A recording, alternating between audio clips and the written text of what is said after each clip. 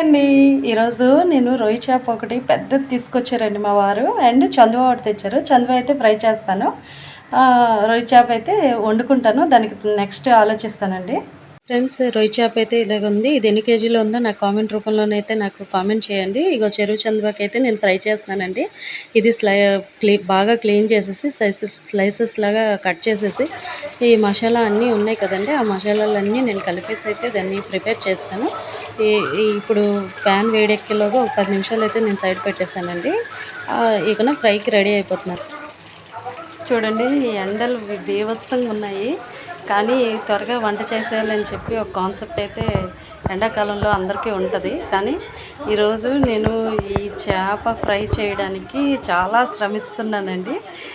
ఇగోండి ఫ్రెండ్స్, ఫైనల్గా నేనైతే ఫ్రై అయితే చేశాను. చూడండి, టేస్టీ సూపర్గా ఉంటుంది. లైక్ చేయండి, షేర్ చేయండి, సబ్స్క్రైబ్ చేసుకోండి ప్లీజ్ ఫ్రెండ్స్. Bye guys.